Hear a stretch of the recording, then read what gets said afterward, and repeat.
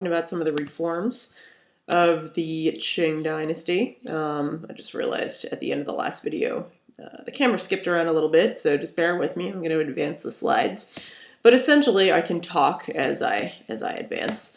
We're going to see that, here we go, that like the Ottoman Empire and the Japanese shogunate as well, there are attempts at modernization. What makes China similar to the Ottoman Empire, but yet different from the Japanese, is that they meet so much resistance with their reform efforts that ultimately it's not going to be enough to save them. So the initial reforms that are enacted by the Qing Dynasty are called the self-strengthening movement. Since it begins in, oh, my dates are off, sorry. It should be 1861 to 1865, so just switch those numbers there. It's not coincidental that this is happening right after the Second Opium War, so it's the second time the Chinese are really crushed by foreigners and they know that they're going to have to do something to respond. So the self-strengthening movement is very similar to the modernization efforts that we saw both in the Ottoman Empire and the Japanese Tokugawa shogunate. So, or actually the Meiji Restoration, rather, which happens after. The difference is that with the Meiji Restoration, we have success. So basically, you're going to have, in the self-strengthening movement, government officials are mainly, their biggest goal is to strengthen Chinese military technology. So what they're going to do is they're going to try to train artisans who at this point were traditionally producing, crafts and artistic items. They're going to start to train them instead to work to manufacture ships. So they're going to get training in the shipbuilding industry, and then also to get them to work in military arsenals. So basically they're going to try to take the skilled workers and get them to make something else that is of better use to the military.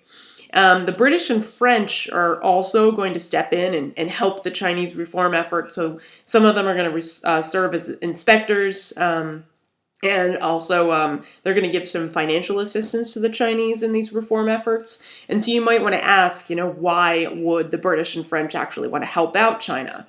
And the answer to that is that even though they wanted to have, even though obviously they didn't want China to become a major threat to them, they did want to be able to trade very easily with China. And as a result of the Taiping Rebellion, for example, you're going to see that the Chinese are really weak. And so that means that they're going to have less items to trade with the West. So basically, the British and French in particular want to help the Chinese government become more stable because they know then that the economy is going to bounce back. If they collect more revenue, China can repay the debts that they're going to owe to countries like Britain and France for helping them out with the reforms. And then also they're going to have more items to actually sell to foreigners. So you're going to have the Chinese are going to set up some customs services to try to help collect taxes on imports and exports.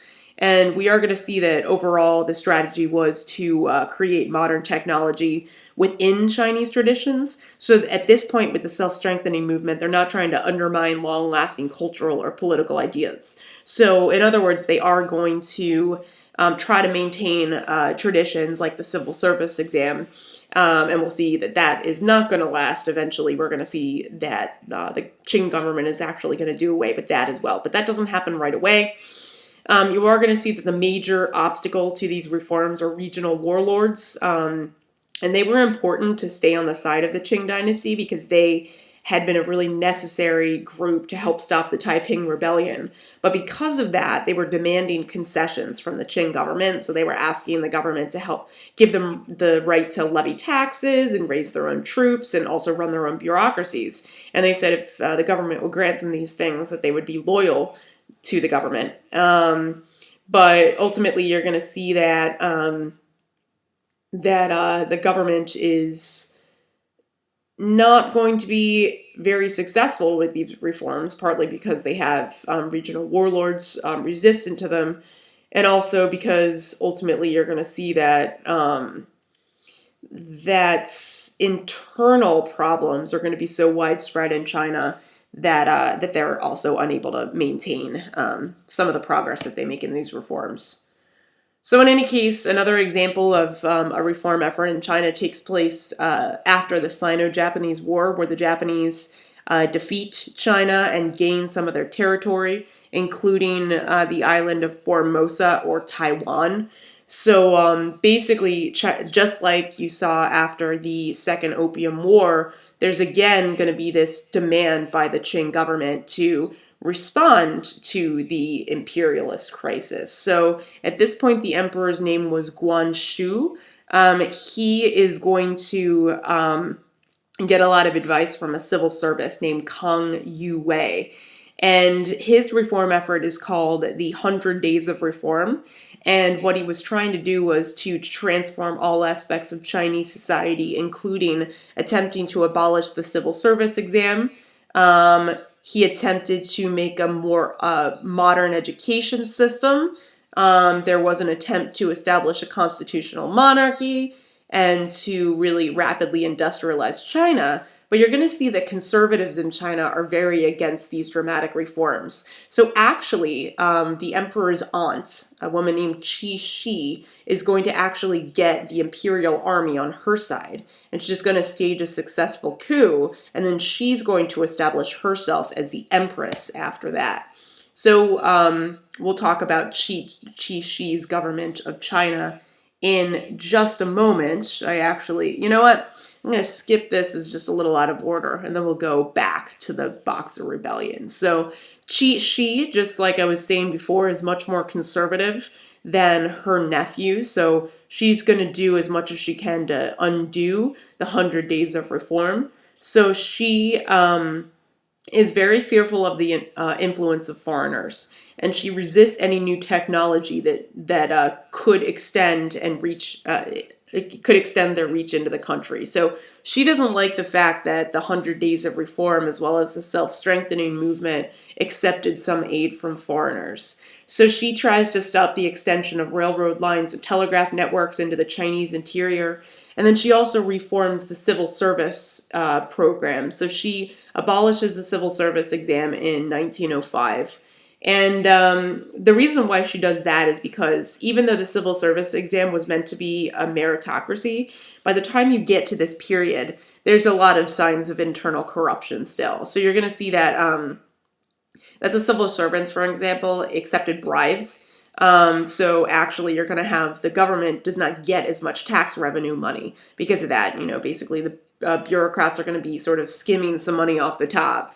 And we're also going to have increasingly a decline of that meritocracy in that non-qualified people start to purchase civil service posts. Sometimes they hire other people to take the exam for them so that they can get these positions. And then also Qixi calls into question the basis of the civil service exam because it was still based on Confucian writings, which at this point are about 2,500 years old. So she makes the claim that, that the government should not base its bureaucracy around such an old and classical tradition. So she makes this concession, but ultimately she is still unable to cope with the demands of modernity in China. So going back to the Boxer Rebellion now, this is another example of anti-foreigner. So just like the Taiping Rebellion and just like Cixi herself, they fear and despise foreign influence. They call themselves the Society of Harmonious Fists, but we give them the nickname Boxers. And the Boxer Rebellion goes from 1899 to 1901, and their main targets were Christian missionaries and Chinese converts to Christianity. We're going to see that provincial governors in southern China are going to oppose the central government's actions. Because the government basically protected foreigners and Christians, we know that they had extraterritoriality laws. So we're going to see that just like the Taiping Rebellion, again, the Qing government is going to get foreigners like British, Americans, French, Russian to put down the rebellion. So by 1901, the rebellion is over, and the Chinese government has to, because they got foreign assistance, they have to pay an indemnity fee to foreign governments. And so basically the result of the Boxer Rebellion is that the Chinese is even more dependent on the foreign influence. So the spheres of influence continue in China. And because, again, as we know just a few years back, the Japanese defeated China in the Sino-Japanese War, they're even weaker to these outside spheres of influence. Okay, we already talked about that. The open door to China, or the open door policy, rather. Basically, the U.S. wanted to get in on trade privileges with China. They were witnessing the increase of spheres of influence. The U.S. had just defeated Spain in the Spanish-American War in 1898, so they were feeling very confident, and they really wanted to get engaged in imperialism.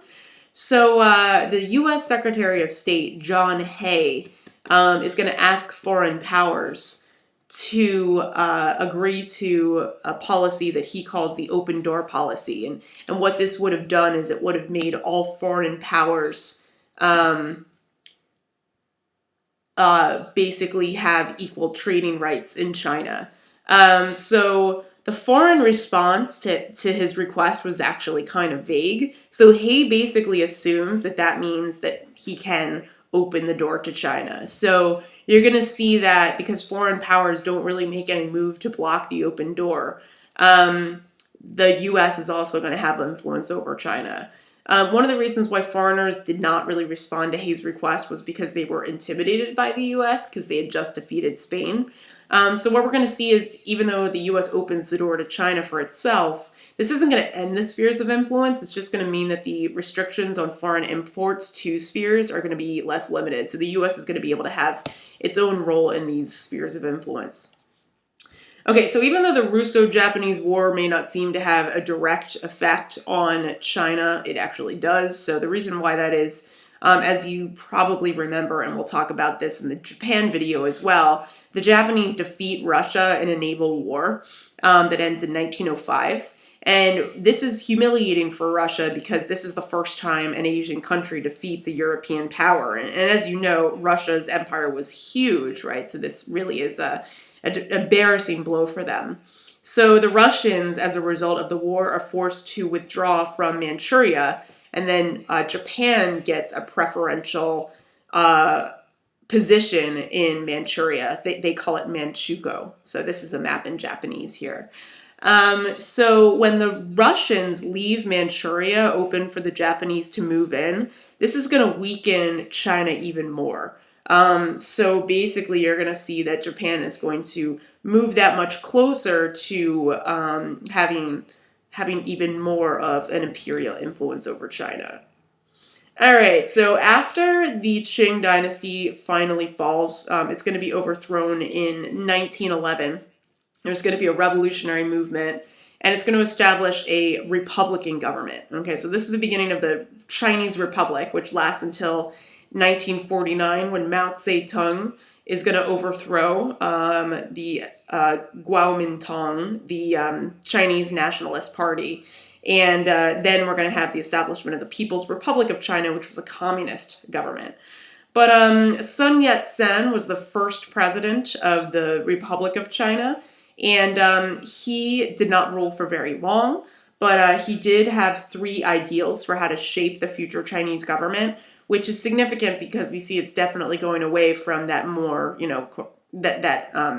more imperial dynasty that we had with the Qing government. So Sun Yat-sen had 3 ideals of government. He believed that the government should be democratic, it should be nationalistic, and it should have livelihood. So basically for democracy, he believed that there should be sovereignty for people who... Basically, he felt that there should be sovereignty for those who were deemed active and pragmatic experts in government and on the will of the people. So he believed that expelling foreigners would enable China to redistribute revenues from lands more fairly, since revenues would not have to be used to pay debts to foreigners. So he's definitely sort of anti-foreign presence. Nationalism, his other tenet for government, meant that there should be patriotism and loyalty, especially to the central government. So nationalism also implies that he really wants to get the foreign influence out of China. And then in terms of livelihood, he wanted to end the unequal distribution of wealth and economic exploitation. So it was also a modernizing effort. Even though Sun Yat-sen possessed strong ideals and future rulers of the Republic are going to want to follow him, he was weak in the face of provincial lords who resisted his power. So he's going to get pushed out of office by 1913. So he only rules for 2 years. But still, his ideals are going to form the basis of this new nationalist party that emerges, which was called the Kuomintang. And they ruled China for decades in the 20th century until Mao Zedong takes over in 1949. So another thing that's important to realize is that the effects of things like the Taiping Rebellion and just all of the unrest that happened in China at this point is going to cause a major diaspora of the Chinese population. So basically, you're going to have, in the late 19th century and the early 20th century, Chinese are going to be leaving China for a number of reasons. One of them is that the Taiping Rebellion, in addition to killing 20 million people, leaves another 70 million people displaced. So since a lot of people are in such desperate poverty, some of them are going to take opportunities to be seasonal and migrant workers in other parts of the world. You're going to have many of them actually go into European countries, or European colonies and U.S. colonies, because they're newly industrializing and they need more laborers. So, the Chinese, since they're very desperate from their situation at home, were willing to accept pretty low pay. So you're going to have, for example, in the United States, starting in 1849 or so, there's going to be a major migration of Chinese to help build the Transcontinental Railroad. But then in other places like Australia and Mexico, because they were industrializing as well, you're going to see a lot of Chinese migrate there. And many of these initial migrants were treated as indentured servants, which meant that they were bound to 5 to 7 years of work because someone paid for their transportation to get to these countries. So basically, they were very limited in their freedom of movement. They could not leave their job to seek a better opportunity until their indenture was up. You're going to find that most of these migrants are going to only find jobs as unskilled workers. A very small amount are going to find work as artisans and traders, but there's going to be major resistance to the Chinese presence abroad and their, upward mobility. Many people in these other countries don't want that. You're also going to have sort of the breaking up of families. A lot of these immigrants are men who leave their wives and family back in China. So one positive effect of this is that with the void of men, because of this massive diaspora, you are going to have some women get a few new opportunities to take up new roles in society. But overall, you're going to see that even when they settle abroad, they're normally going to settle in ethnic enclaves or Chinatowns. And this gives them the ability, on the one hand, to preserve culture. They can continue to speak their language amongst each other. They can find food that they're used to, and they live surrounding people that share their cultural worldview. But at the same time, by living in these segregated places, they were somewhat unable to have upward mobility. And also this allows people to continue to look at them with a sense of xenophobia. All right, there's also going to be a major resistance to immigration, and these are not the only two examples, but I thought I'd just give you two for convenience. In the U.S., it took the form of the Chinese Exclusion Act, which was passed in 1882, and that's significant because it's not repealed until 1943, which, if you remember, was during World War II, when essentially at this point, the U.S. wanted to focus much more on its rivalry with Japan in World War II, and China was a victim of Japanese imperialism before World War I, so they wanted to sort of show their solidarity with China against Japan, so they repealed the Exclusion Act. But when this act was in effect, it restricted immigration into the United States, and it also deprived Chinese Americans of their citizenship rights, so it's sort of, it was unconstitutional because the 14th Amendment should have prevented that. But nonetheless, you see that there's a deliberate act of legislation that actually targets a specific ethnic minority. And then the same thing happens in Australia. Starting in 1901, you're going to have the White Australia policy, which actually is not phased out until 1973 totally. So it has a longer lasting effect. The White Australia policy favored immigrants from English-speaking countries as well as Northwest European countries. So you could kind of compare it to immigration policy in the 1920s in the U.S. It basically made it virtually impossible for anyone from China to immigrate to Australia. And again, these policies are dismissed even later than the American ones. So you definitely see that there's an adverse reaction to China's presence abroad. Very briefly, bringing it back, as I said, there's a lot of similarities to the decline of the Qing dynasty and the decline of the Ottomans.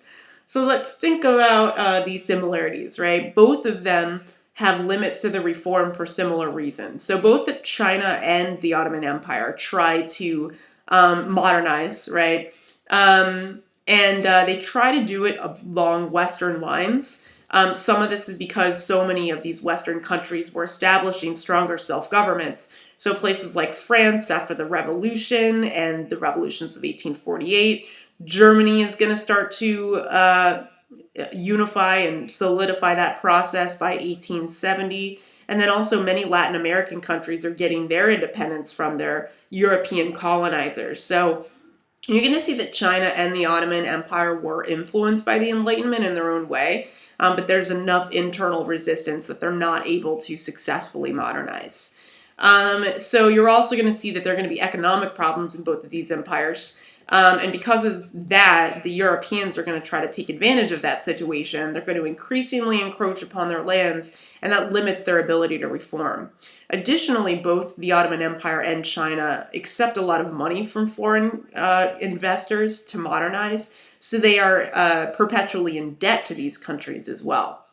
So what you're going to find is that in both China and the Ottoman Empire, modernization is quite slow because of this conservative reaction among those who would not benefit from it. So the Janissaries really don't like the reform in the Ottoman Empire, and then Chinese bureaucrats also are pretty against reforms in China. So the last commonality, obviously, is that both of these empires are gone by the early 20th century. All right, so just going back to talk about the limits to the Ottoman reforms briefly. As we know, one of the successful reforms was that the Janissaries were abolished and they were forced underground. There are some attempts at revolts, but they are put down by the Sultan. There is an attempt to modernize the army, but it's not enough. They are going to start secularizing the law under the Tanzimat, which does have limited success. Its biggest success is in terms of modernizing schools. One major limit to their reforms was that the Sultan in the late 19th century, Abdul Hamid, that he's briefly going to allow a constitutional monarchy in the Ottoman Empire, but then by 1878, he does away with the Turkish parliament, and then he establishes absolute power for himself. You are going to see that there's going to be a coup by the Young Turks in 1908, which does return the constitutional monarchy or constitutional rule.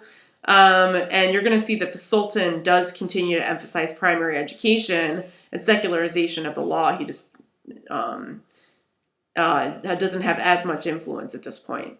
So you are going to see that one of the major lasting reforms is that girls start to attend secondary schools in much larger numbers.